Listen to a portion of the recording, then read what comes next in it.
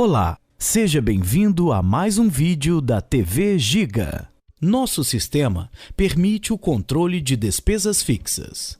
Consideramos despesas fixas aquelas que incidem todo mês e você já sabe o valor que deverá pagar, como, por exemplo, um aluguel.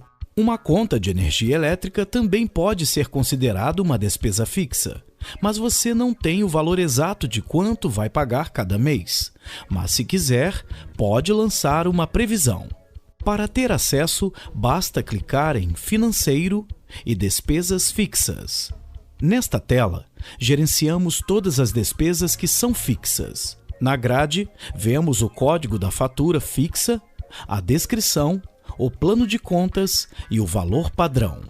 Para adicionar uma nova despesa, devemos clicar em Nova Despesa Fixa, informar a descrição da fatura e escolher o intervalo de meses e dias que o pagamento é realizado, a situação, plano de contas e conta bancária da qual será realizada a baixa. Em valores padrão, podemos informar as datas inicial e final no qual esse valor será válido e o valor da fatura. Caso deseja remover um valor inserido, clicamos em Remover. Após finalizar, basta clicar em Salvar.